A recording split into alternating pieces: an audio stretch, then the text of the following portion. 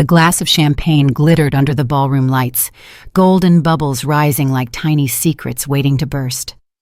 My daughter raised her glass high and leaned close to me, her smile glowing for the crowd. "Congratulations, Mom," she said. The words sounded sweet, yet something inside me tightened. She turned away before I could answer, her gown swirling as she joined her husband on the dance floor. Music swelled, and laughter echoed around me, but my fingers trembled as I lowered the glass toward my lips. That was when Mason, the young security guard, approached quietly and bent down. His voice was barely a whisper. "I saw your daughter pour something into your drink." The sound of his words froze the world around me. The chandelier seemed to tilt. My hand shook so badly I set the glass back on the table before it could spill.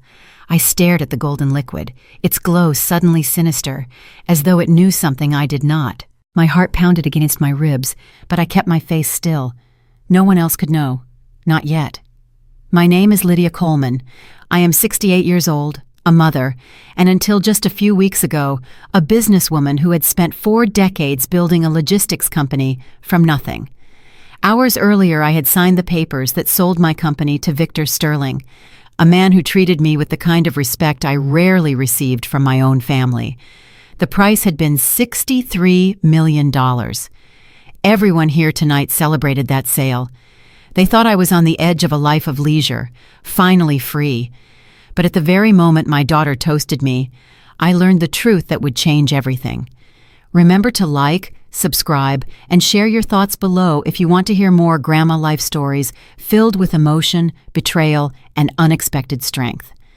I pushed my chair back slightly, trying to slow my breathing. Across the room, Vanessa laughed, her hand on Ethan's arm as they moved together in the soft rhythm of the waltz.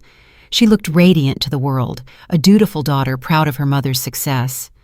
Only I, and the young man who whispered to me, knew another story. My throat felt tight, but I reminded myself that panic was a luxury I could not afford. If what he said was true, then one wrong move could be the end of me. The champagne flute glimmered, mocking me. I thought of the years I had worked, the nights I had stayed awake wondering how I would pay the next shipment, the endless meetings with investors who doubted me. I built my company stone by stone while raising Vanessa alone after her father's passing. Every victory, every contract, every sleepless night had been for her future. And now, on the night of my triumph, I was staring into a poisoned drink offered by my own child. I reached for my clutch and pretended to search for a tissue.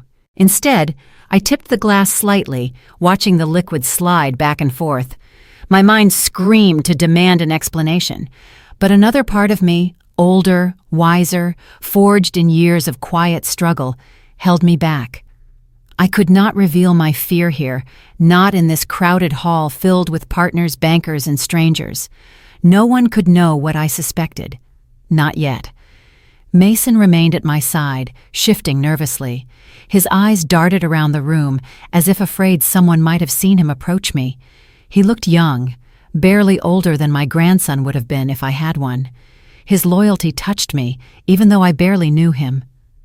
"Thank you," I whispered without looking up. He nodded and stepped back, blending into the shadows as if he had never been there. I reached for the champagne once more, but instead of lifting it to my lips, I moved it toward the centerpiece on the table. Roses, lilies, and a crystal vase caught the ballroom lights.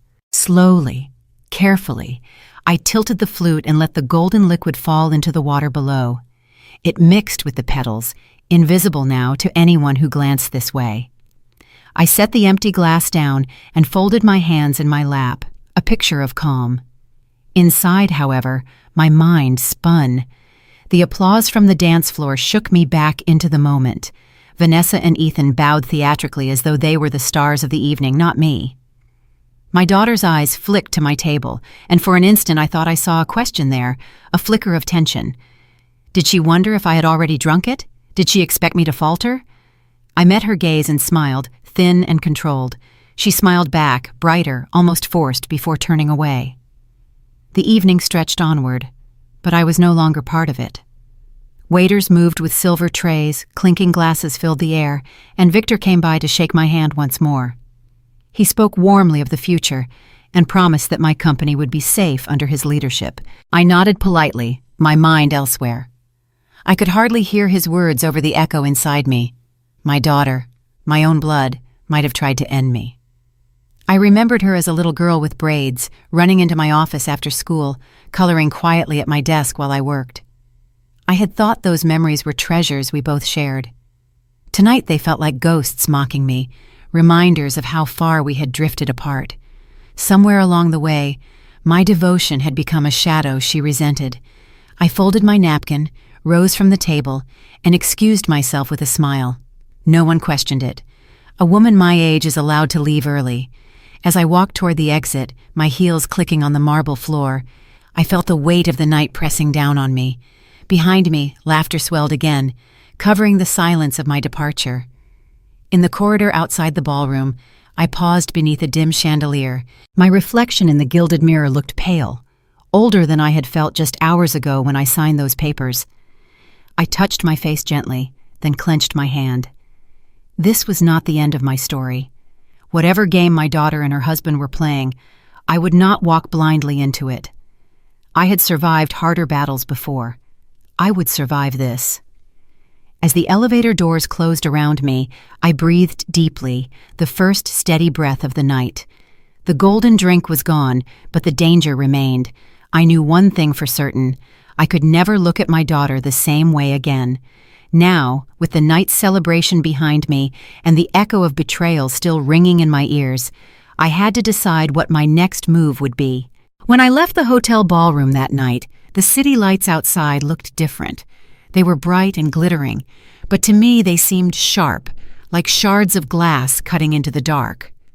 My driver opened the car door, and I slipped inside, carrying with me the echo of Mason's whisper and the untouched glass of champagne still haunting my mind. I pressed the button on my clutch, feeling the tiny pill bottle I had tucked away. I had poured a little of the drink into it before leaving, pretending to dab my lips with a napkin. I knew I needed proof, not just suspicion. As the car rolled through the streets, my thoughts drifted back to the signing earlier that day. It had been the culmination of 40 years of struggle, late nights, and endless decisions that tested me to the bone. Victor Sterling, the buyer, had sat across from me at the long oak table. He was courteous, patient, and spoke with the kind of respect that made me remember who I was before all of this, before betrayal, before suspicion. He looked me in the eye as we shook hands, telling me he admired what I had built. In that moment, I had almost believed the future would be peaceful. The sale meant $63 million in my account. People around me congratulated me, telling me I could finally relax, travel, and enjoy my golden years. Yet as the contract closed, I had felt a hollow space inside me, a silence that money could not fill. Now that silence had turned into something sharper, fear. At home, I laid my purse on the counter and turned on the lamp. The soft yellow glow made the apartment feel smaller, less secure.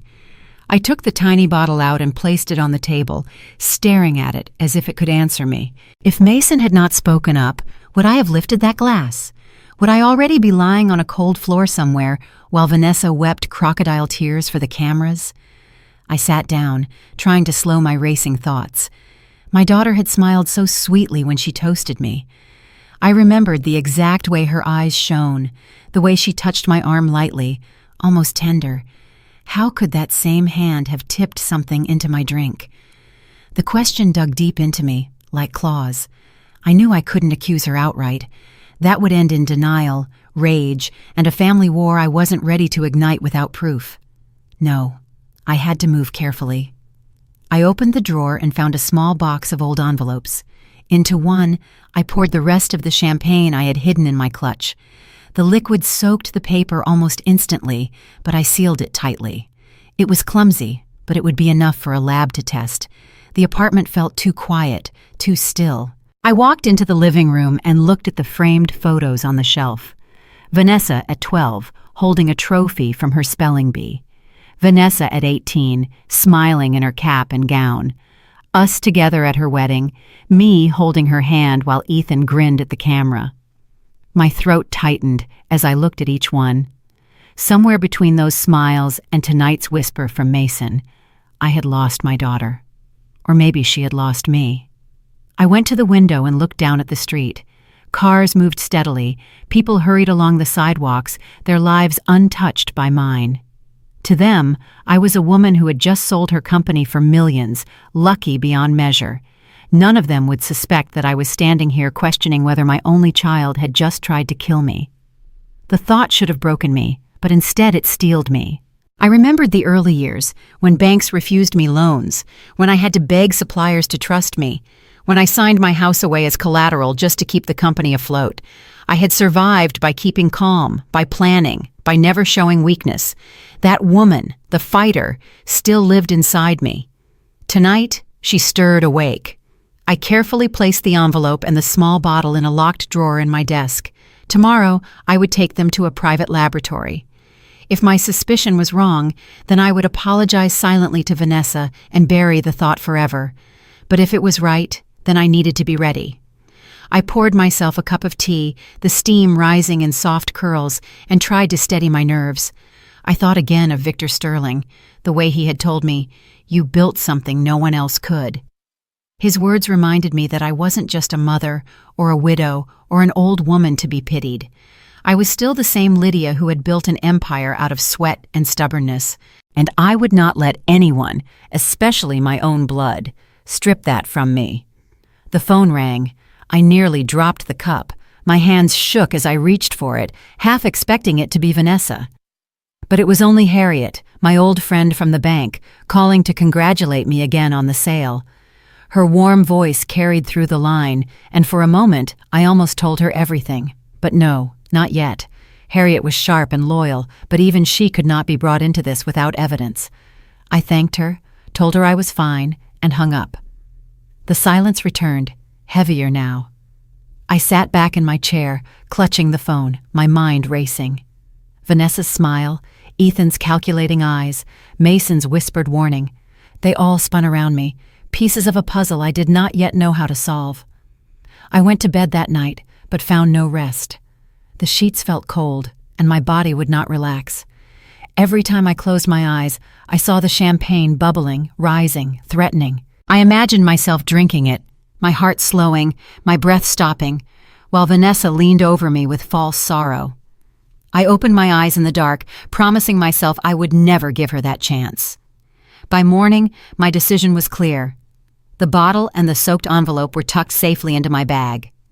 Today, I would find out what hid inside that golden drink. I brushed my hair, straightened my jacket, and looked at my reflection in the mirror. My eyes were tired, but beneath the fatigue was steel. For 40 years I had been underestimated, dismissed, doubted. They all thought I was just a mother, just a woman nearing the end of her days.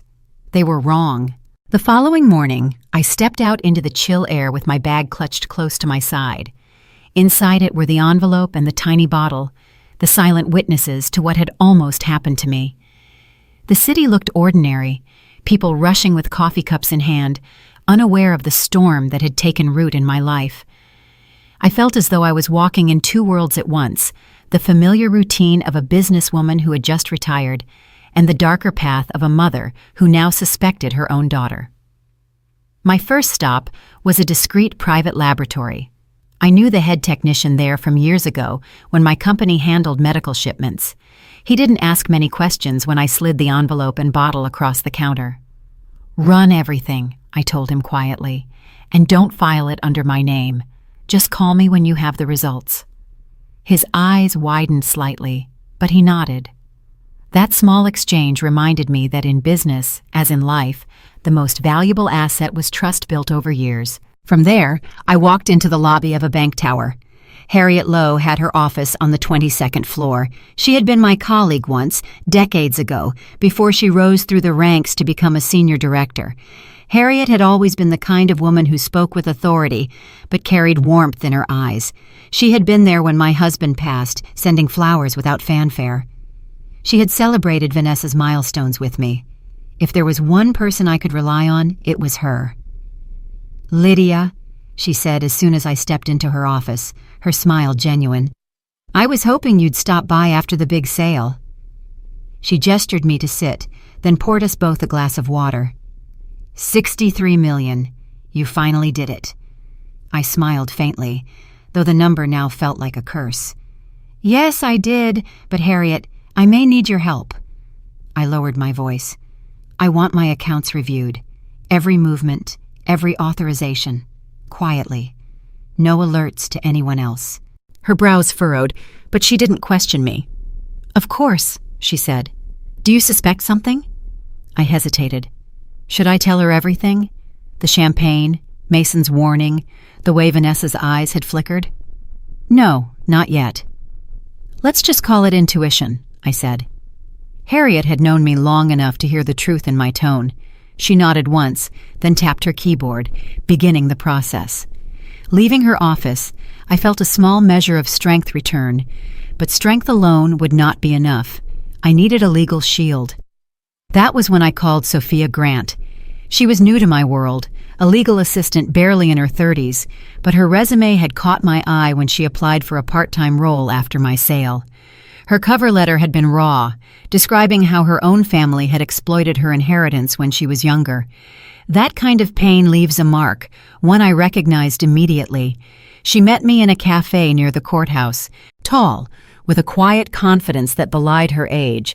She carried a notebook and pen like armor. Mrs. Coleman, she said softly. You said it was urgent? I studied her for a moment. Please call me Lydia. And yes, it is. I need you to draft protections for me, powers of attorney, trusts, every safeguard you can think of. But I also want you to dig. Look into records, lawsuits, anything you can find on my son-in-law, Ethan Ward. She raised her brows, but didn't flinch. That won't be easy. Lawyers like him know how to bury their messes. I don't want easy, I replied. I want thorough. Her lips curved into the faintest smile. Then thorough is what you'll get. As I watched her jot notes, I felt a strange kinship with her. She understood betrayal.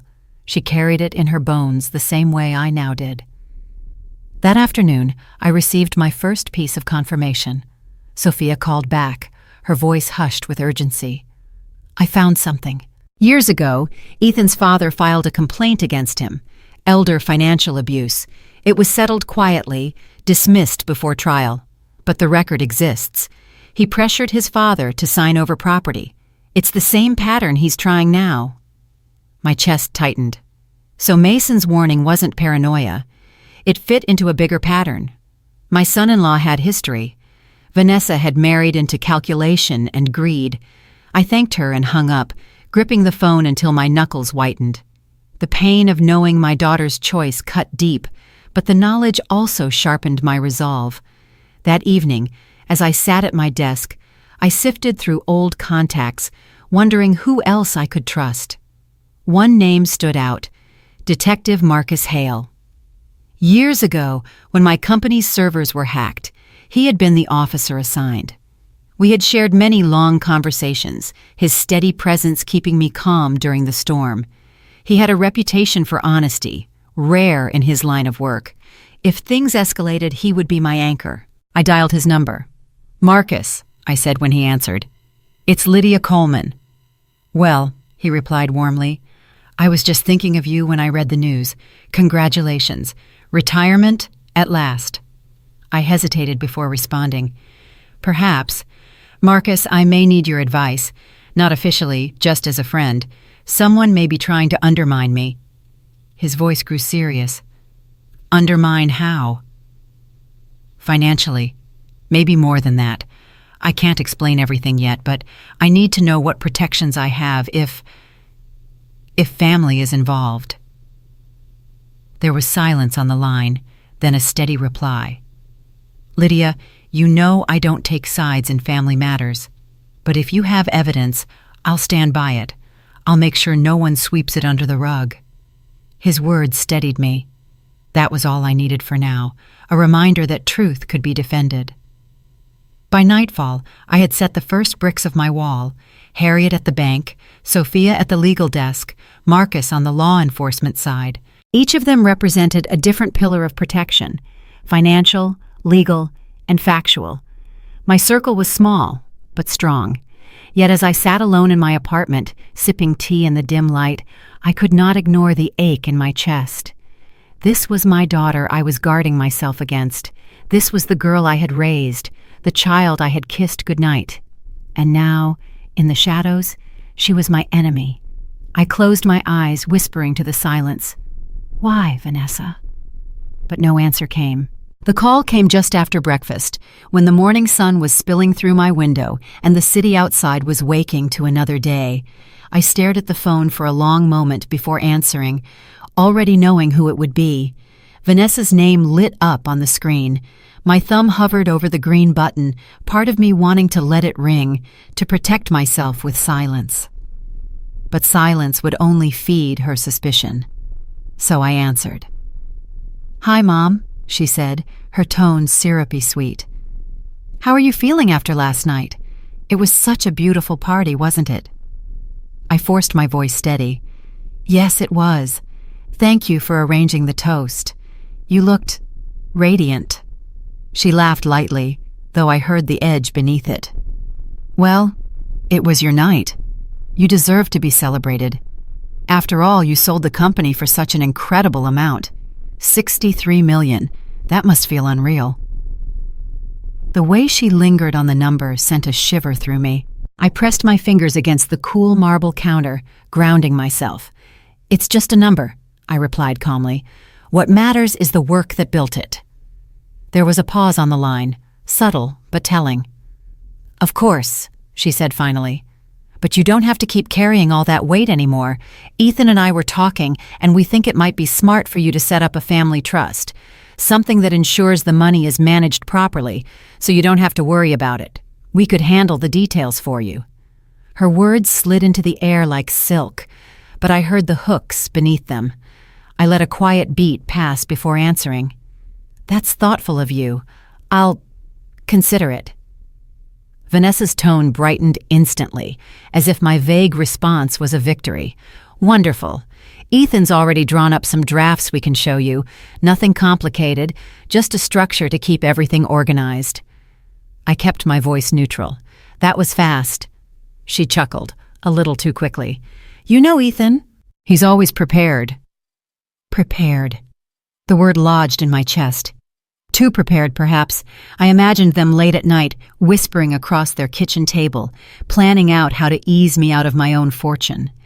I swallowed the bitterness rising in my throat. "I'll be in touch," I said quietly. "I need time." "Of course, Mom," Vanessa replied smoothly. "Take all the time you need. We just want to help."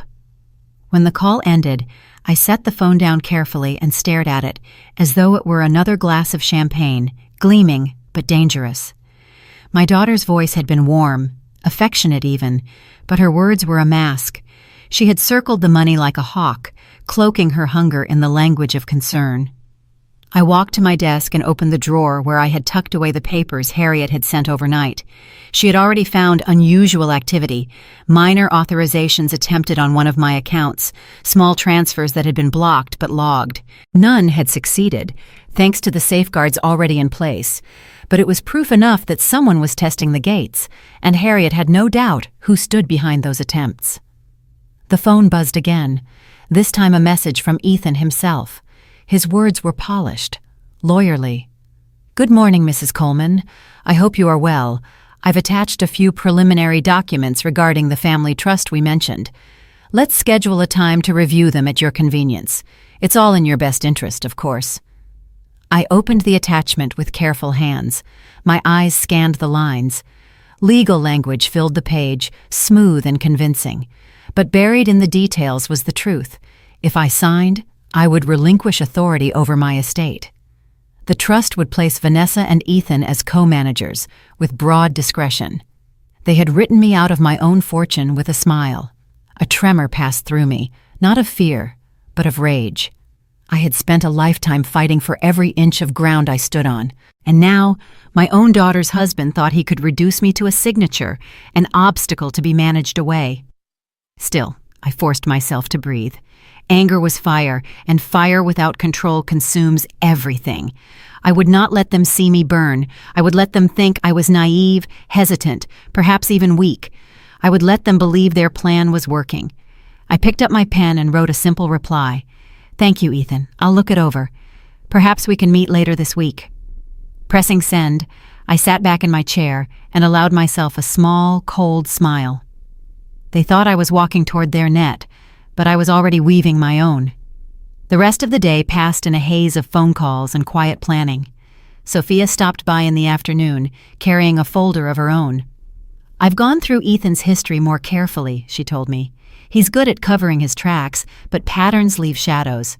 Every case where his name comes up involves vulnerable clients, older relatives, widows, people without strong representation." She spread the papers across my desk. "And this draft he sent you? It's not just a trust. It's practically a transfer of power. If you had signed, you'd be locked out of decisions. He must think you won't notice the language buried in here." I traced the words with my fingertip, the letters blurring slightly. "He thinks I'm tired. He thinks I want to let go." I looked up at her, my voice steady. "But I'm not tired. Not yet." Sophia nodded, her eyes firm. "Then we'll keep building the wall around you." That night, I sat alone by the window, watching the city lights flicker. I remembered Vanessa as a child again, her head resting on my shoulder as I read her bedtime stories. She used to ask me what the endings meant, why heroes always faced betrayal before finding peace. I had told her it was because life tests us, and only through those tests do we find who we truly are. Now I wondered what test she thought she was giving me. Did she believe she could erase me with one signature? Did she think her false affection could blind me to the knife in her hand? I whispered into the quiet room, not for anyone else to hear. "You miscalculated, Vanessa. You forgot who taught you to fight."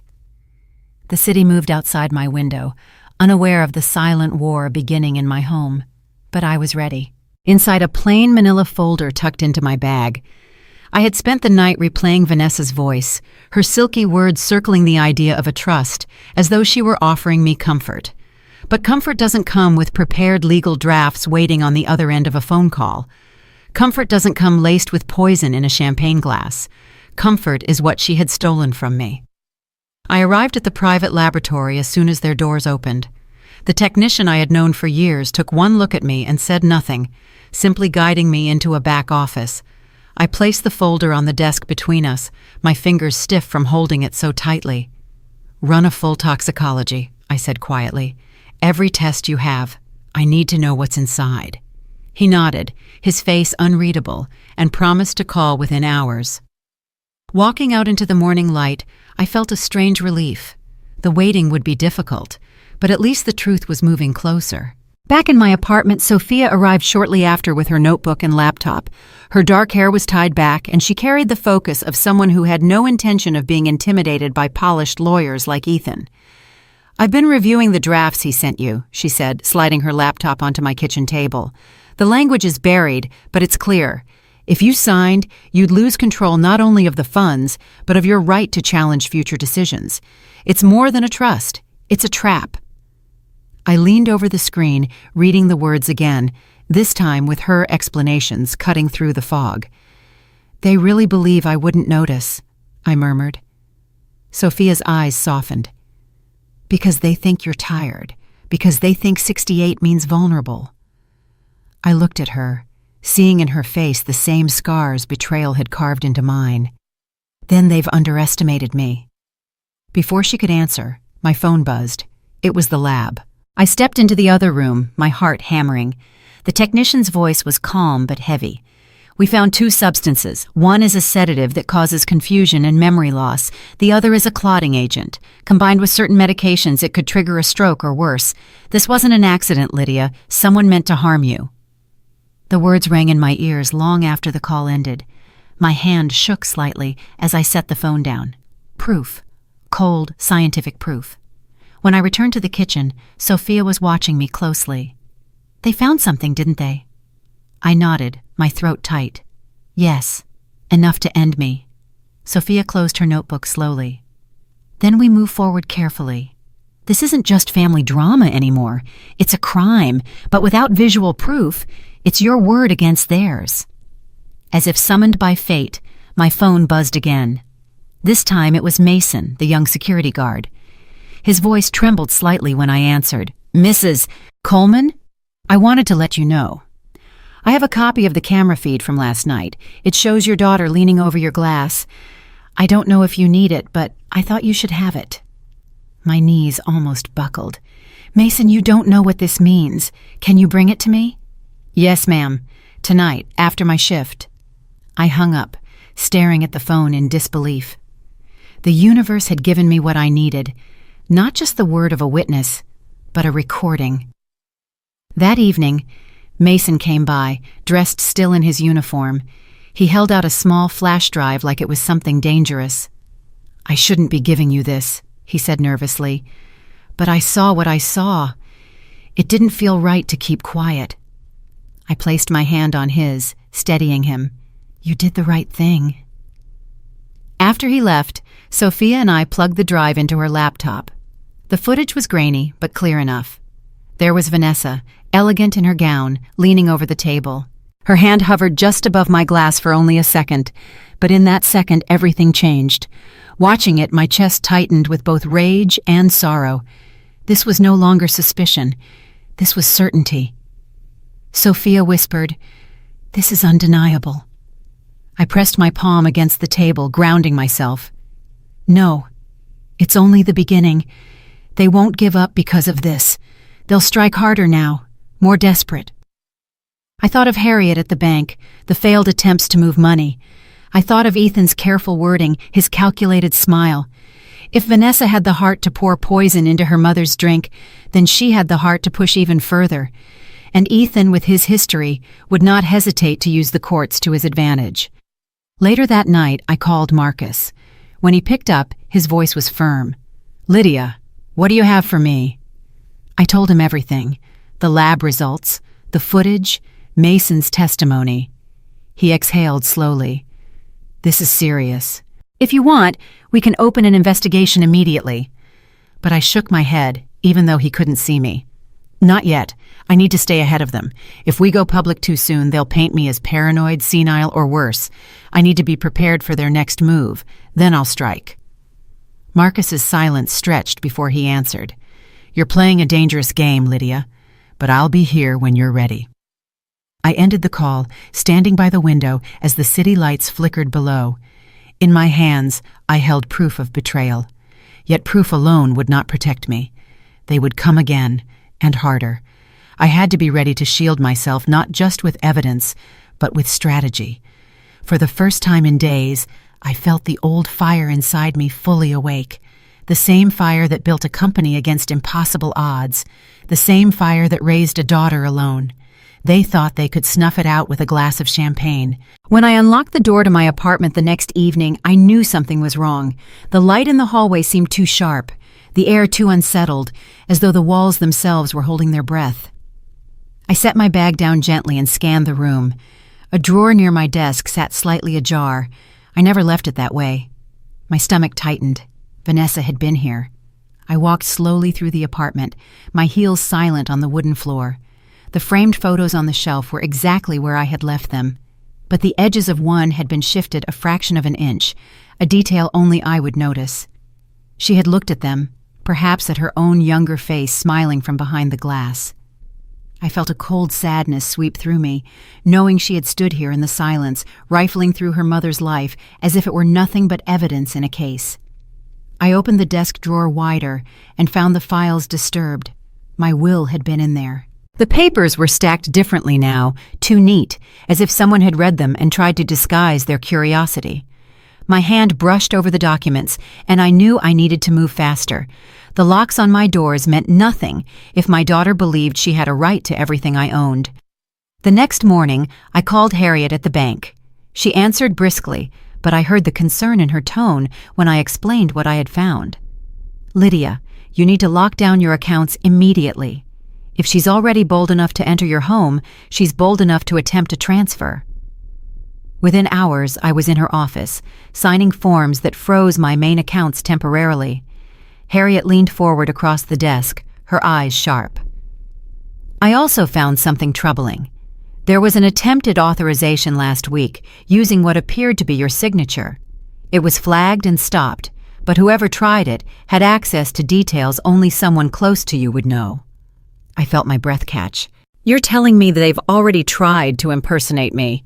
She nodded grimly. "Yes, and the attempt was sophisticated. The signature was almost perfect, but the timing and location didn't match your usual activity." I sat back, the weight of betrayal pressing harder on my chest. So they're not just planning, they're acting.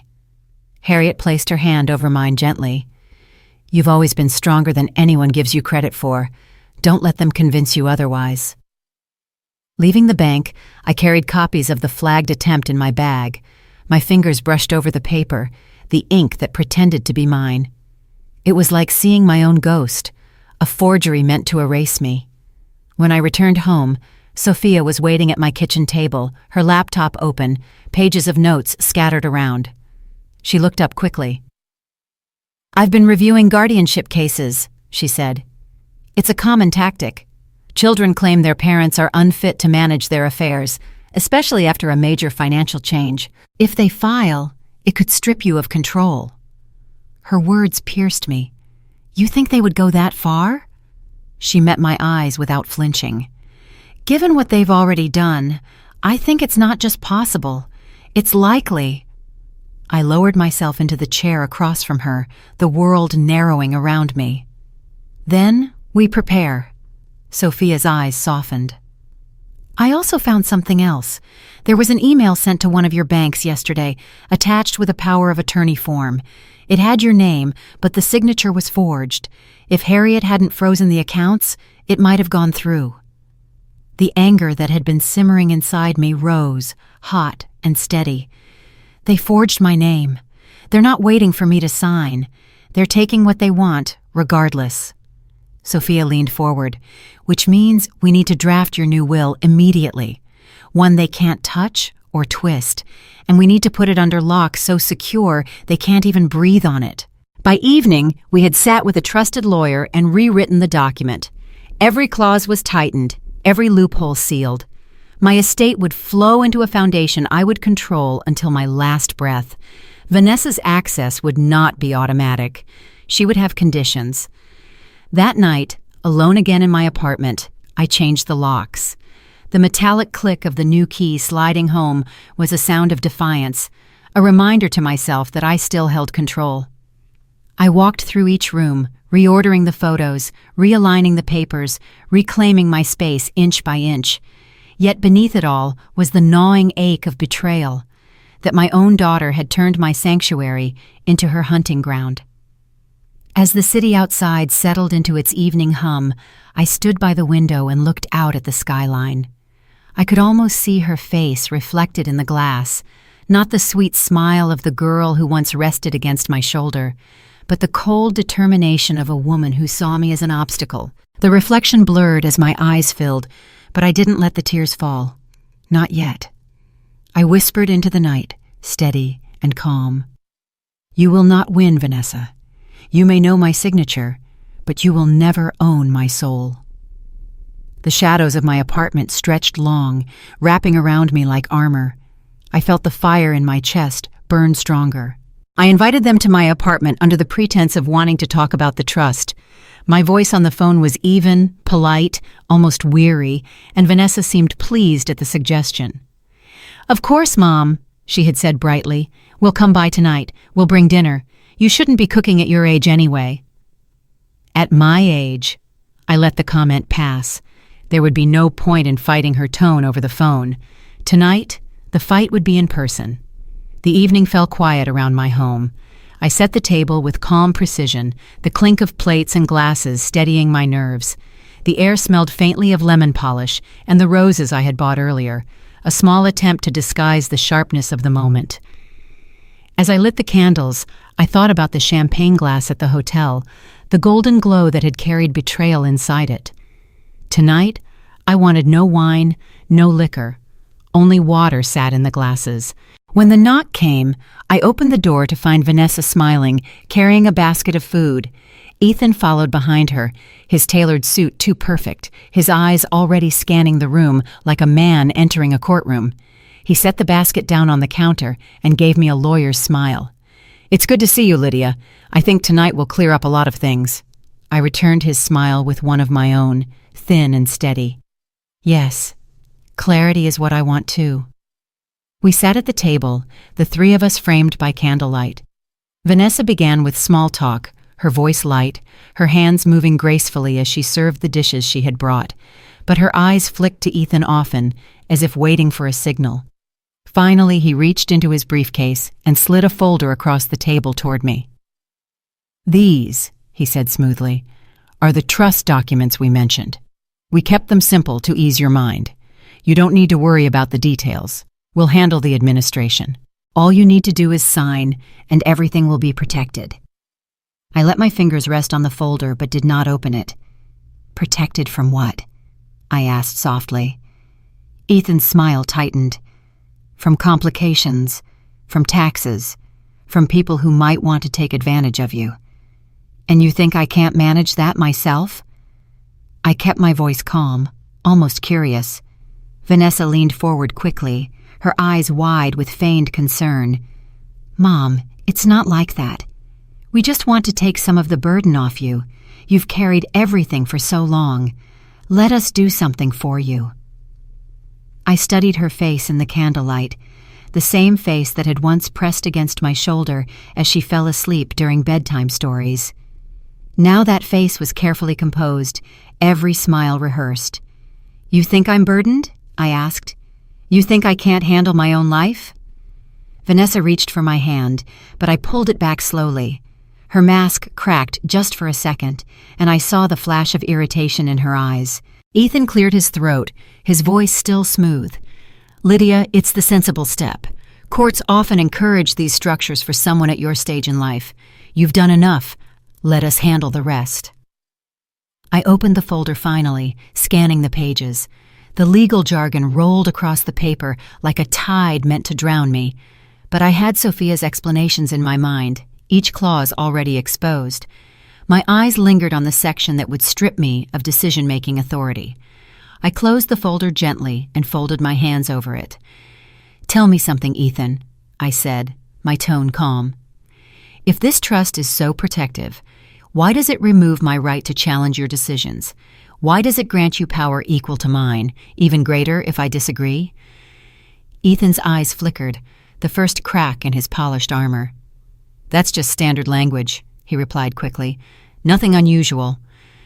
Unusual or not, I said, it's unacceptable. Vanessa's voice sharpened, her sweetness thinning. Mom, why are you making this so difficult? We're trying to help you. Do you really want to manage all of this alone until you die? Her words cut deeper than she knew, but I did not flinch. I have managed far worse than money, Vanessa. I managed to raise you alone. I managed to build a company from nothing. I think I can manage signing my own checks. Ethan leaned forward, his voice now carrying a hint of steel. You need to think about the consequences of refusing. The courts look at these things. If someone were to argue you were unfit, these documents would be proof that you took responsible action. Without them, questions could arise. So there it was, the threat hidden in his polished words. My fingers tightened around the edge of the folder. If someone were to argue I was unfit, I said slowly, perhaps they should be more careful about forging my signature. Silence fell across the table. Vanessa's face went pale, her lips parting in shock. Ethan's jaw tightened, his eyes narrowing. I hadn't meant to reveal what Harriet had shown me, but the words had slipped out, heavy and unshakable. Vanessa tried to recover first, her voice rising. What are you talking about? We would never— I cut her off with a steady hand raised between us. I may be old, but I am not blind, and I am certainly not stupid. The candles flickered in the silence that followed. I could feel the fury radiating off Ethan, the fear barely contained in Vanessa's eyes. For the first time, I saw the partnership between them fully, his calculations, her desperation, and I understood that together they would stop at nothing. I rose slowly from the table, the folder still closed in my hand. Dinner was lovely, I said evenly, but I will not be signing anything tonight, or ever. Good evening. I walked to the door and opened it, waiting. Ethan stood, his movements stiff, his smile gone. Vanessa hesitated, her eyes glistening, as if part of her wanted to beg, but Ethan touched her arm and guided her out. When the door shut behind them, I leaned against it for a moment, my heart pounding. The apartment was quiet after they left, but the silence was no comfort. I walked slowly back to the table, staring at the folder they had tried to push into my hands. The pages inside still smelled faintly of ink and paper, but to me they carried the stench of betrayal. I slid the folder back into my desk drawer, locking it firmly, and pressed my palm against the cool wood. I had drawn my line tonight. They knew it, and I knew they would not stop here. The next morning my phone rang early. It was Marcus. His voice carried the steady calm I had come to depend on. "Lydia, I have something you need to see," he said. "The security guard Mason came to me. He brought footage from the hotel. I thought you'd want me to confirm it myself before handing it over." I met him at his office later that afternoon. The blinds were drawn and the faint hum of the city outside filtered into the room. He slid a flash drive across the desk toward me. "Watch it." With a deep breath, I leaned closer to the screen as he played the video.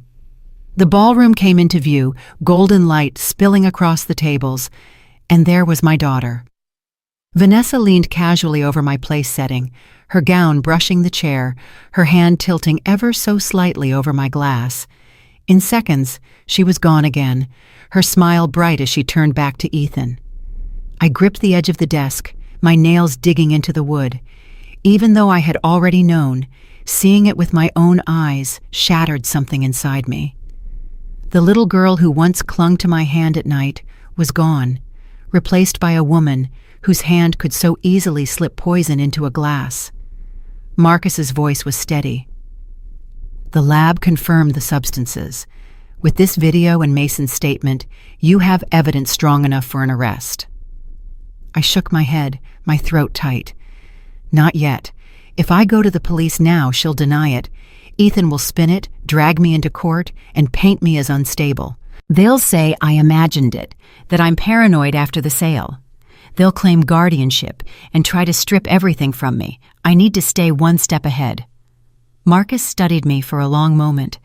"Then you need to know what's coming." I did some digging. Ethan filed a preliminary inquiry with the court. He's preparing a petition for guardianship. They'll claim you can't manage your finances, that you're at risk of being manipulated by others. The words landed heavy in the air. "They want to erase me," I whispered. Marcus leaned forward. "I'll be clear, Lydia. If they move forward, it can get ugly. The court doesn't care about feelings. They care about paperwork, about signatures, about appearances. If Ethan plays this right, he can convince them you're vulnerable. That's why you need to shore up your defenses now.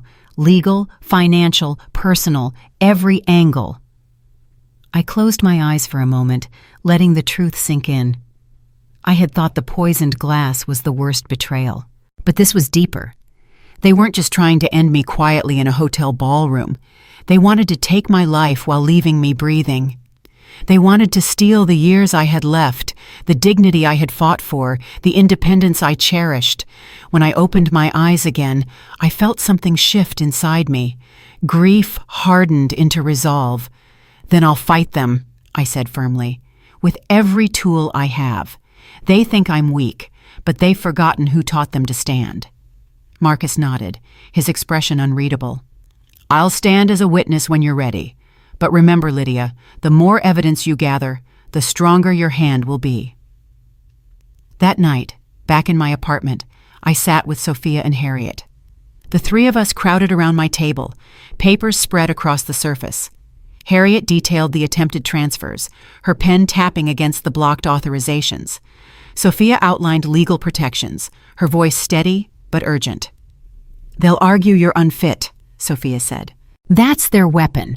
But if we can show the forged documents, the video, the lab results, and Mason's testimony, we can not only defend you, we can turn the argument against them.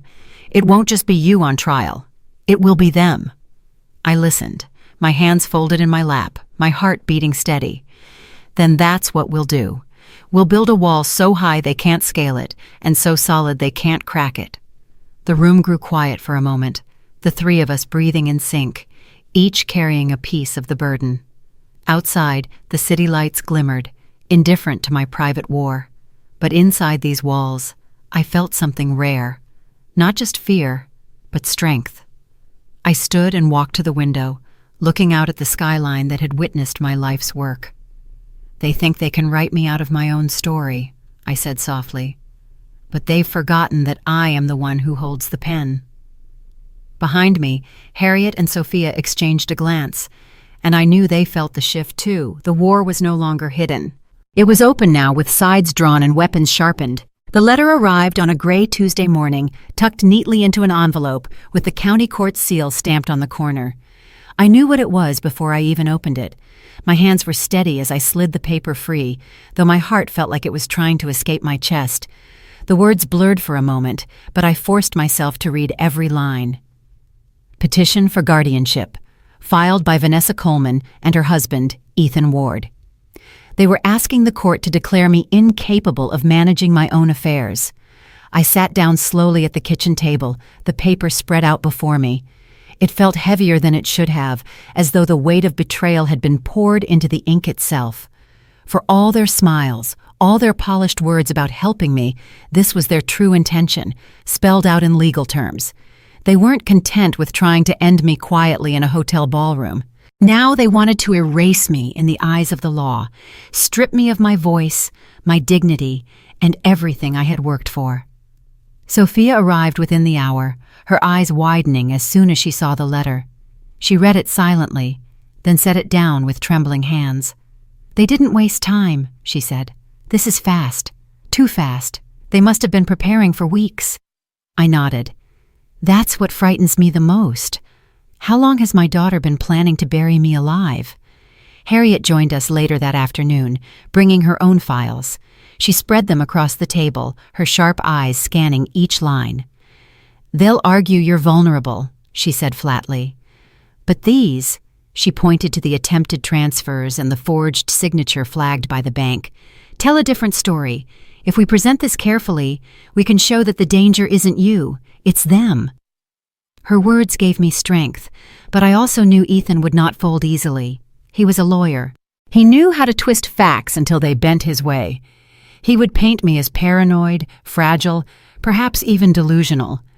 And Vanessa, my Vanessa, would sit beside him, nodding with false sorrow, pretending to care. The thought made my chest ache in a way that no toxin ever could. That evening, Harriet called me again. Her voice was tight. "Lydia, I found something else. A small transfer, $5,000, slipped through last month to an offshore account in the Caymans. It came from one of your secondary accounts. I had assumed it was a glitch, but paired with what we know now, it's a test. They were seeing if they could get away with it." I closed my eyes, the betrayal digging deeper. "So they've already stolen from me." "Not much, but enough to show intent," Harriet replied. "I've locked everything down now. They won't get another cent without clawing through fire." Later, Sophia and I sat in my living room, papers spread between us. She had drawn up counter-filings, documents to strengthen my case. "We'll argue not only that you're fully capable, but that they are the ones exploiting you," she explained. The video from the hotel, the toxicology report, Mason's testimony, Harriet's records. Together, it paints a clear picture. I nodded, feeling the burn of resolve. They wanted to prove I was unfit. Instead, they've given me the chance to prove they are unworthy. Still, the nights were hardest. I would lie awake, staring at the ceiling, hearing Vanessa's laughter in my ears, remembering the way she used to braid her doll's hair while I worked late into the night. I had sacrificed so much for her, built an empire, not for myself, but for her future, and now she wanted to declare me incompetent. That was a wound deeper than any poison. The next day, I met with Marcus again. He listened carefully as I laid out everything. Harriet's discovery of the offshore transfer, Sophia's counterfilings, the petition for guardianship. He leaned back in his chair, arms crossed. "They're playing a dangerous game," he said. "But the good news is they've made themselves vulnerable. Financial fraud, forgery, attempted poisoning. This isn't just family conflict anymore. These are crimes. If you decide to bring the hammer down, I'll stand beside you." His steady words anchored me. For the first time since this nightmare began, I felt the faint stirrings of control. The betrayal was still raw, the wound still open, but I was no longer staggering in the dark. I had allies, I had proof, and I had the will to fight. That evening, as the city lights shimmered outside my window, I sat at my desk and wrote in my journal. The pen felt heavy in my hand, but the words flowed steady. They thought I would crumble. They thought I would surrender. But they've forgotten. I built an empire from dust, and I will build my defense from the ashes of their lies. I closed the journal and slipped it into the drawer beside my bed. It wasn't just for me. It was for the record, for the truth, for anyone who might one day ask how this battle began. The petition sat on my desk like a vulture, waiting for me to look away so it could swoop down and devour everything I had left. But instead of fear, I felt something else rising inside me. The sharp, steady rhythm of resolve. For decades, I had fought battles no one thought I could win. Contracts, shipments, investors, bankers who underestimated the widow with a small office and a stubborn will. This was no different. Only now the enemy bore my daughter's face. I gathered my allies around me that week. Harriet came first, carrying stacks of bank records sealed in folders. Her heels clicked across my hardwood floor as she entered, her expression fierce. She laid the papers down and looked me straight in the eye. Every attempted transfer, every forged authorization. I've documented it all. They thought they could be clever, but the trail is there if you know where to look. I placed my hand over hers. "You've saved me more than you know." She shook her head. "No, Lydia. You've saved yourself. I'm just making sure no one else forgets it." Later, Sophia arrived with a leather binder that looked too heavy for her small frame. She set it on the table and opened it with care.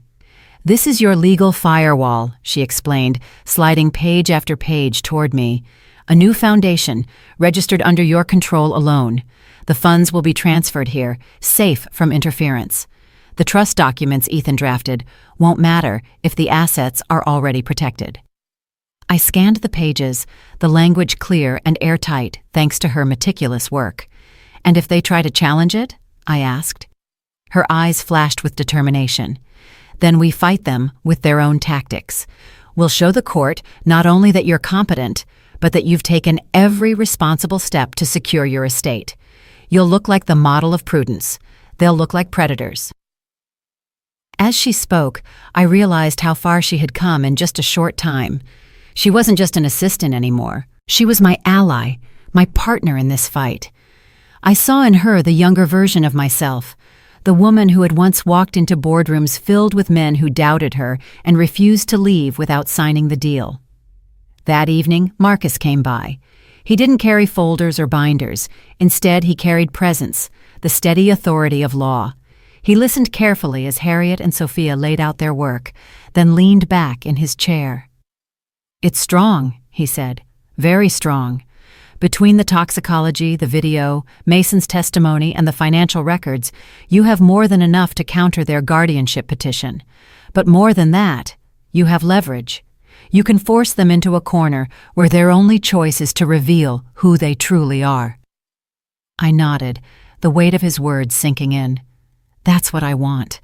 Not just to defend myself, to show the world what they've become. A messa. Together, the three of them formed a triangle around me. Harriet guarding the finances, Sophia the law, Marcus the truth. For the first time in weeks, I didn't feel alone.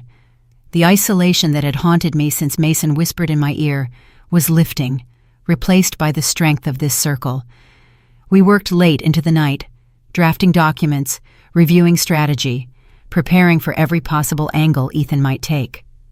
When fatigue set in, I stepped into the kitchen and brewed tea for everyone. As I poured the steaming liquid into cups, I felt a sense of calm I hadn't known in months. This was my army, not with weapons, but with knowledge, loyalty, and truth. The next day, I signed the documents establishing the foundation. I chose a name that carried my late husband's memory, a quiet nod to the man who had believed in me when no one else did. The ink dried beneath my pen, and I felt the walls rise around me, not walls of isolation, but walls of protection. Sophia then slid another paper toward me, her expression careful. "This is a letter of wishes," she explained. "It outlines your intent for the foundation. It makes clear that any support for Vanessa is conditional. If she wants access to funds, she must commit to therapy. She must demonstrate genuine change. Otherwise, she receives nothing." I held the paper for a long time, my chest heavy. To put such conditions in writing for my only child was a wound of its own, yet I knew it was necessary. Love could not survive without truth, and truth demanded boundaries. Slowly, I signed my name at the bottom. When I finished, Harriet placed her hand over mine. "You've turned their weapon into your shield," she said softly. Marcus leaned forward, his voice low and steady. "And when the time comes, I'll be there to ensure no one can twist this against you." That night, as they all left, I stood by the door and watched them go.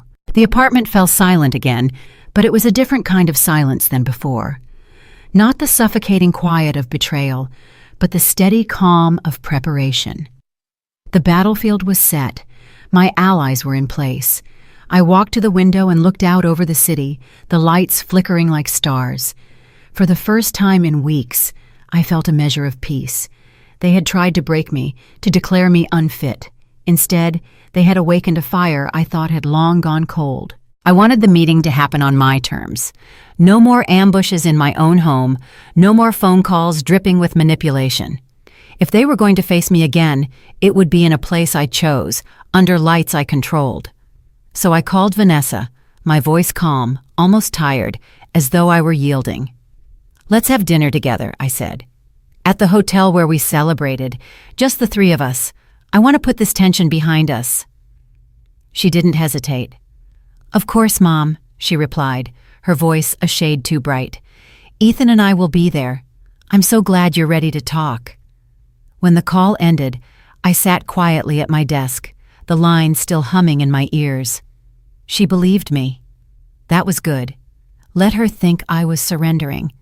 Let her think the mother she knew, the woman who once bent and sacrificed for her every need, was stepping back into that old role. She would never see what I had planned until it was too late.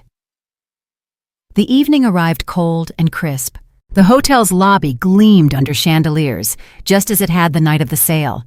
I had requested a table near the tall windows, overlooking the city skyline. The staff knew me well enough not to question my request. As I waited, I placed 2 envelopes carefully in front of my plate, their edges aligned with precision. I ran my fingers over them briefly, steadying myself. Option A, Option B. The clink of heels against marble made me look up. Vanessa walked in first, her gown deep emerald, her hair swept back as though she were attending a gala. Ethan followed, his suit impeccable, his expression measured. To the world, they were the perfect couple. Charming, successful, glowing with youth. To me, they were predators, circling closer. "Mom," Vanessa said warmly, leaning down to kiss my cheek. Her perfume was familiar, sharp and floral. "You look beautiful tonight." I smiled faintly.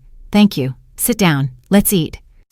The waiter poured water into our glasses, and for a moment the scene looked ordinary, even tender, but underneath, every movement carried weight. Vanessa's hand lingered on Ethan's arm. His eyes darted toward the envelopes on the table. He noticed.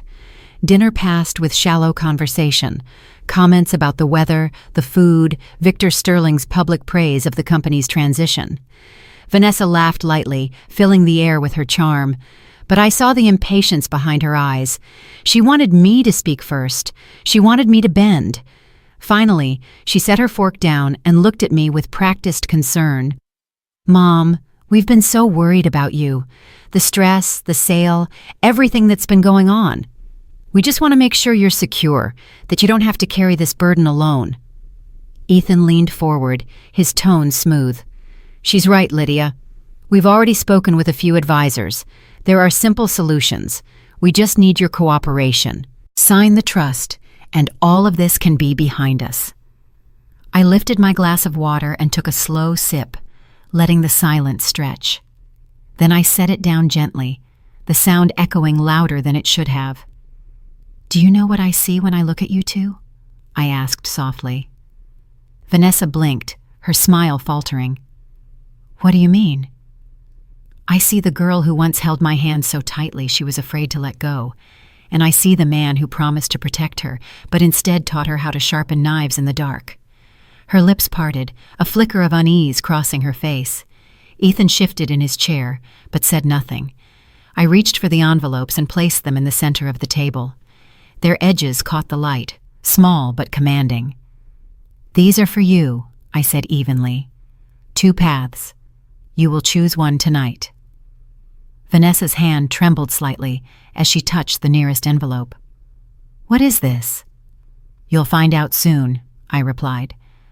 "But know this, I am not the helpless woman you think I am. Every step you've taken, every attempt you've made, I've seen it, and I've prepared for it." The waiter returned briefly to clear plates, sensing the tension but saying nothing. The music from the ballroom below drifted upward, faint but haunting. I felt the weight of the moment pressing down on us, the air thick with expectation. Ethan finally spoke, his voice low. "You're bluffing. You don't have anything." I met his eyes, steady as stone. "Then open the envelopes when the time comes, and see for yourself." Vanessa's face shifted between confusion and fear, her practiced confidence slipping. She looked at Ethan, but for once he offered her no comfort. I sat back, folding my hands in my lap. Tonight, the lies end. After this, there will be no more petitions, no more forged papers, no more poison in glasses. After tonight, you will know exactly where we stand. The city lights glittered behind them, casting their faces in gold and shadow. I thought of Mason, Harriet, Sophia, and Marcus, the allies who had stood with me, each one holding up a corner of my strength. I thought of the foundation papers signed, the accounts secured, the evidence waiting like ammunition. And I thought of my daughter, sitting across from me, her eyes filled with a fear she couldn't quite disguise. The envelopes rested between us like loaded weapons. The soft hum of the hotel's dining room faded into the background, every sound muffled by the pounding in my chest. Vanessa's fingers hovered just above the first envelope, trembling slightly before she pulled her hand back. Ethan's eyes narrowed, calculating, waiting for me to reveal my cards. I leaned forward, my voice calm but cutting through the air like glass. "You both believe you've cornered me. You think you've been clever, but you've underestimated me, just as so many others did before. And like them, you'll learn what that mistake costs." Ethan scoffed softly, forcing a smirk. "You've been under a lot of stress, Lydia. No one would fault you for being paranoid.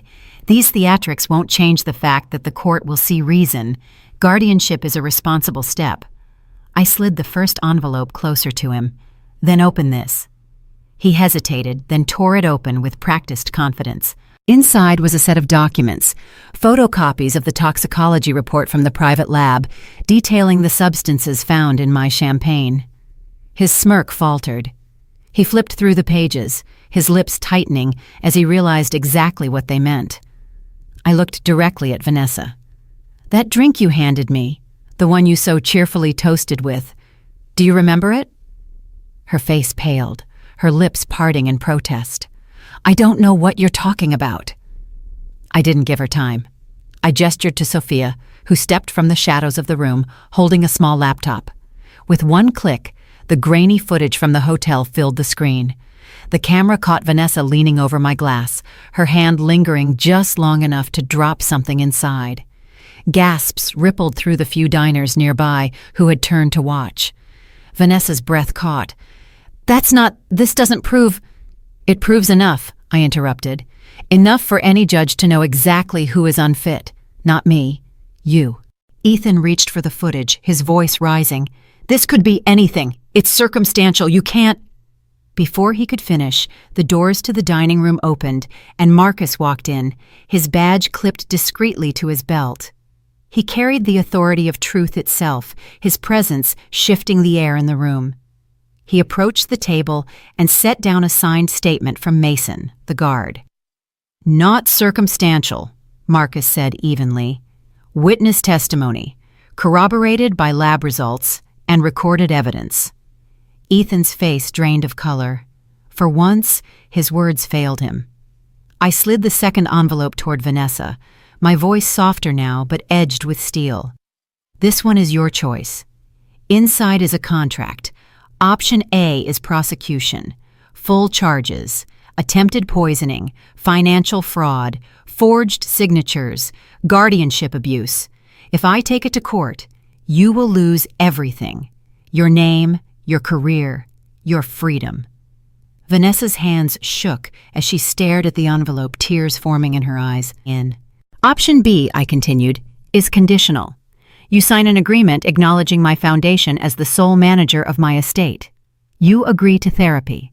You cut ties with my finances forever. If you refuse, I will not hesitate to choose option A. Tonight is your last chance." For a long moment, silence filled the air. Vanessa looked at Ethan, but he no longer carried the mask of confidence.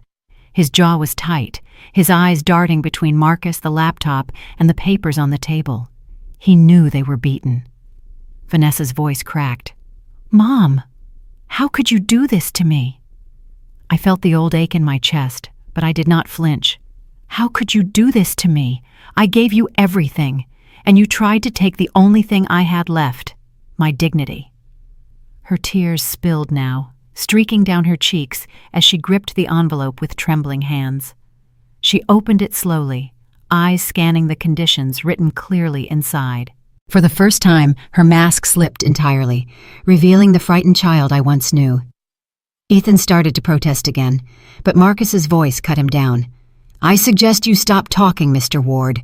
Any further attempt to manipulate will only strengthen the case against you." The room had gone quiet around us, the other diners pretending not to watch, but unable to look away. I let the silence stretch, my gaze fixed on my daughter. Finally, Vanessa whispered, "I'll do it. I'll sign." I nodded once, my voice steady. "Then sign now, in front of witnesses." Sophia slid a pen across the table.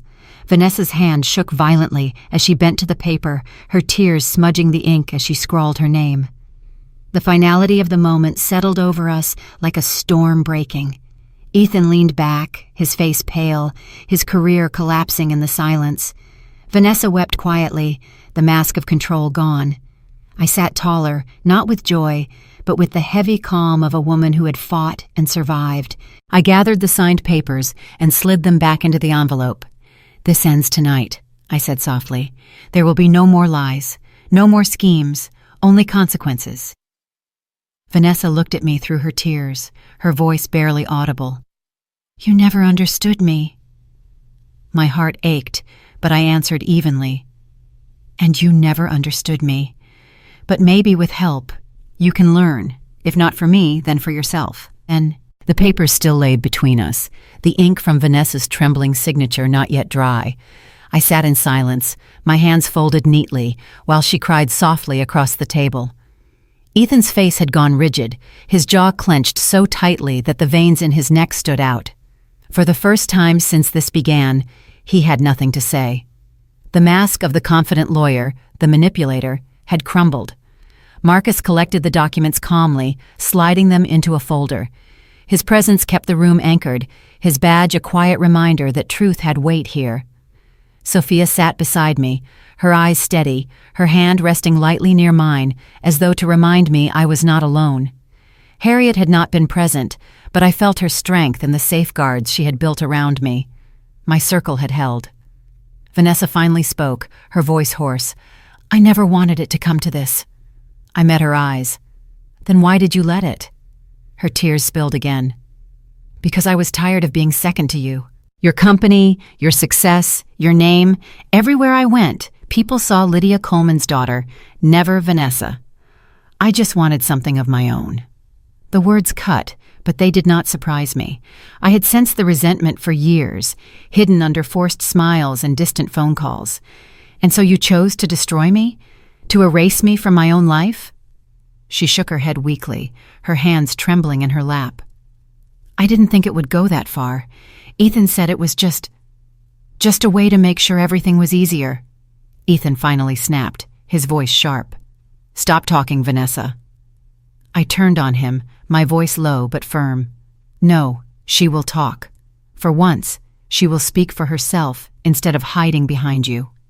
Vanessa looked at him, then back at me, her face breaking. I was wrong, Mom. I see that now. I didn't know how to stop it once it started. Her words were raw, unpolished, and for a flicker of a moment, I saw the child I once knew. My heart twisted, but I kept my tone steady. You can't undo what you've done, but you can choose what you do next. Therapy isn't punishment. It's your only chance to find the part of yourself you've buried. She lowered her eyes, silent, as Ethan shifted beside her. He leaned back, his composure unraveling. This is absurd, he spat. You think a piece of paper and some crocodile tears change anything? You've ruined her. You've ruined me. Marcus's eyes hardened. No, Mr. Ward. You ruined yourself. You may not be in handcuffs tonight, but your reputation is gone. Any court, any board, any client who sees this will know what you are. Ethan glared at me, his voice dripping venom. You'll regret this, Lydia. I stood slowly, my chair scraping softly against the floor. I've regretted many things in my life. Loving you is not one of them, but trusting you was. He opened his mouth, but Vanessa reached out and touched his arm, her voice broken. Stop, Ethan, please. It's over. The room fell into silence. The waiter lingered in the distance, unsure whether to approach. The music from the ballroom played faintly, mocking in its cheer. I gathered my coat and nodded to Marcus and Sophia. We're done here. As I turned to leave, Vanessa's voice stopped me. Mom. I paused, my back still to her. Her voice cracked. Will you ever forgive me? I closed my eyes, the question slicing through me. Forgiveness was not something I could give lightly. Not after poison and betrayal, not after court petitions and forged signatures.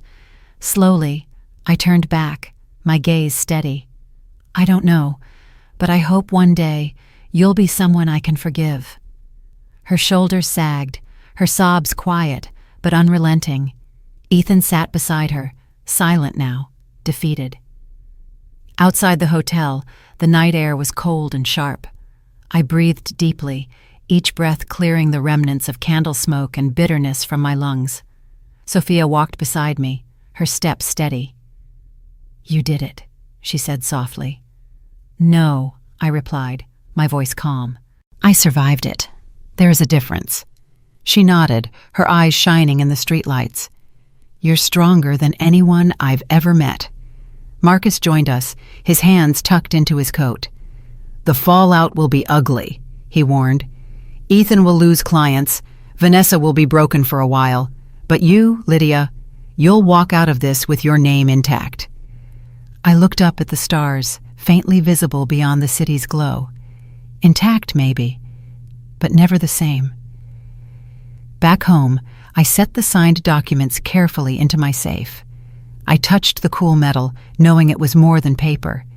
It was the line between my past and my future.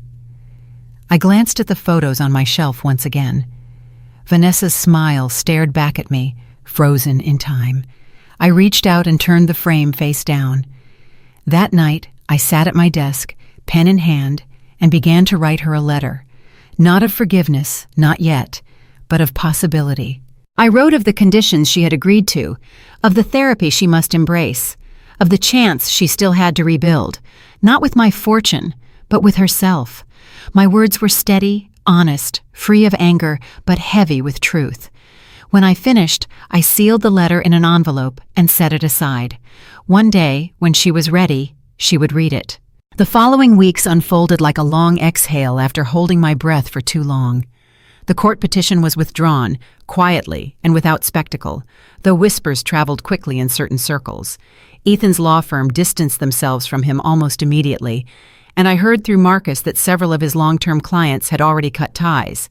For a man who had built his reputation on control, watching him lose it all was a justice sharper than any verdict. Vanessa kept her distance. She didn't call, not at first. A part of me expected silence forever, but another part knew her absence wasn't just defiance. It was shame. I let her be.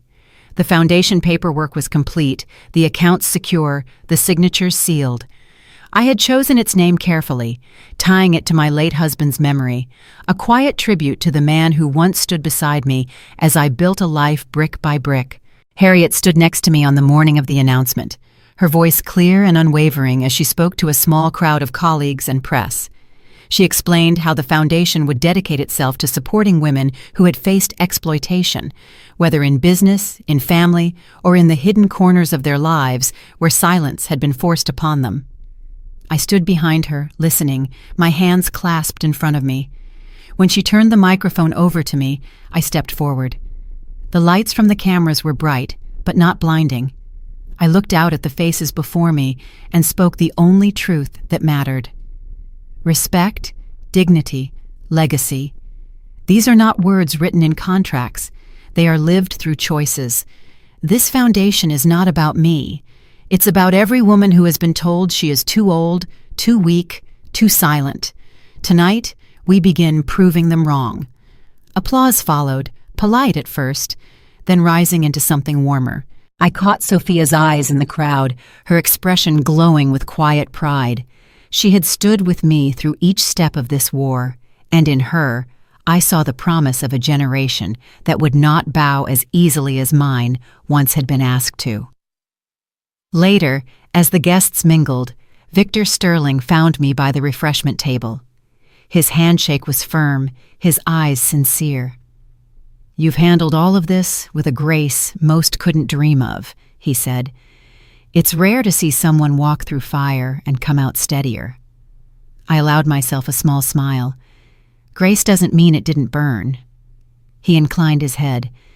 "Even so, you reminded everyone that dignity is not for sale." Those words carried me into the quiet of the evening. When the last guest had left, I returned to my apartment, where the soft glow of lamplight wrapped the rooms in calm. Sophia had stayed behind to help tidy up.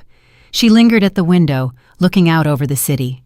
"You've given me more than a job, Lydia," she said when I joined her. "You've given me an example of how to stand when everyone else wants you to bow." Her words touched me deeper than I expected. I rested my hand gently on her shoulder. "And you've reminded me that even when the years weigh heavy, there are still people worth passing the torch to." That night, after she left, I poured myself a glass of water and sat at the kitchen table. The room was quiet, filled only with the faint hum of the refrigerator and the ticking of the clock. I pulled out the framed photo of my family and studied it again. For the first time, I didn't feel the sharp sting of betrayal. Instead, I felt something else. Sorrow, yes, but also a strange kind of release. In my drawer rested the sealed letter I had written for Vanessa. I did not send it yet. Some words needed time. Some truths needed silence before they could be heard. A soft chime on my phone pulled me back. A message from Victor. "You protected your name. That deserves celebration. Simple, but powerful. Respect from someone who owed me nothing." It was a reminder that the world beyond my family saw me not as a burden, but as a woman who had stood her ground. The foundation's first grants were approved that week. Harriet handled the paperwork with her usual precision, and Sophia reviewed applications late into the evening. When they showed me the final list of recipients, I felt a warmth that even betrayal could not dim. This was what I had fought for, not just money, not just survival, but the chance to leave behind something that could not be stolen. On Sunday afternoon, I walked to the small park near my home. The trees were heavy with leaves, their shades spilling across the benches. I sat beneath them, breathing in the quiet. The world outside moved on, children laughing, dogs tugging at their leashes, strangers passing without a glance. And yet in that ordinary moment, I felt extraordinary peace. I thought back to the glass of champagne, the golden surface that had once promised celebration, and nearly delivered death. That glass no longer haunted me. It had become a symbol of something else. The line I refused to cross, the dignity I refused to surrender. As the sun began to sink, I whispered a promise into the air. It ends with me. The lies, the manipulation, the betrayal, it ends here. The park had grown quieter as the sun dipped behind the trees, leaving streaks of amber across the sky. I walked home slowly, the cool air wrapping around me like a shawl. Inside, my apartment welcomed me with its familiar stillness. This place had witnessed my fear, my anger, my sorrow, and now it would hold my peace. I set my bag down and pulled the envelope from my desk drawer. The letter I had written to Vanessa days ago still rested inside, its edges neat, its weight heavier than the paper itself. I carried it to the table and sat down, running my hand over the seal. My words to her were simple but firm. You can still build something with me, just not out of me. I left the envelope on the counter, where I knew she would find it if she ever came. Part of me wondered if she would, if pride or shame would keep her away forever. But another part of me, quieter and softer, believed she might reach for it when the world grew too heavy. That night, I turned off the lights and let the glow of a single lamp fill the room. I brewed chamomile tea, the steam curling upward, and sat by the window. The city stretched out before me, alive with motion, but I felt no need to chase it anymore. My battles had been fought, my legacy secured. What remained was not victory in the way the world defined it, but survival, dignity, and choice. The Foundation's documents sat locked in my safe, untouchable by anyone but me. Harriet had called earlier, her voice bright with satisfaction as she told me the first recipients had already received notice. Sophia had texted, sending a photo of her late-night desk covered in files, her caption simple, "For every woman who thought she had no chance." And Marcus, steady, unyielding Marcus, had stopped by briefly, leaving behind a simple note. "You chose justice without bitterness. That is rare. Hold on to it." I looked at these people, these allies who had stood with me, and felt gratitude so sharp it brought tears. In their strength, I had found my own again. They reminded me that no woman, no matter her age, was ever truly alone if she dared to reach for help. My phone buzzed against the table. A message. I picked it up, expecting another update from Harriet or Sophia. But it wasn't. It was Vanessa. Her words were short, hesitant. "We started therapy." I stared at the screen, my breath catching. 3 small words, and yet they carried the weight of a mountain. My hand trembled as I set the phone down. I didn't reply, not yet. I needed to let those words sit, to decide what they meant, if anything. But for the first time in so long, hope crept into the cracks of my heart. I walked to the shelf and lifted the frame I had turned face down weeks before. Vanessa's young smile stared back at me, her arms wrapped around my waist in a photo from years ago. I brushed the dust from the glass, my thumb lingering over her face. "Maybe," I whispered, "you can find your way back." Later, I carried my tea to the park again, sitting beneath the nameless trees whose branches stretched like arms into the night. Their shade had always been a comfort to me, a reminder that strength could be silent, rooted deep where no eye could see. As I sat there, I thought of the golden champagne glass, the one that had begun all of this. Once it had symbolized betrayal. Tonight it symbolized endurance. I had not drunk it. I had walked away. And in walking away, I had written a new ending. Life would never return to what it had been. My daughter's betrayal had carved scars that time would not erase. But I had chosen not to let those scars define me. Instead, I would let them remind me of what I had survived, of what I had built, of what I had refused to surrender. The air grew cooler, the stars faint but steady above. I closed my eyes and breathed deeply. My story was not finished, but this chapter had closed. My enemies had been unmasked, my allies had stood firm, and I had found dignity, not in defeating others, but in refusing to be defeated myself. When I rose to leave, I left the park with lighter steps. At home, the envelope for Vanessa remained on the counter, waiting. Perhaps one day she would open it. Perhaps one day she would understand. For now, it was enough to know that I had faced the darkness, and I had not bowed.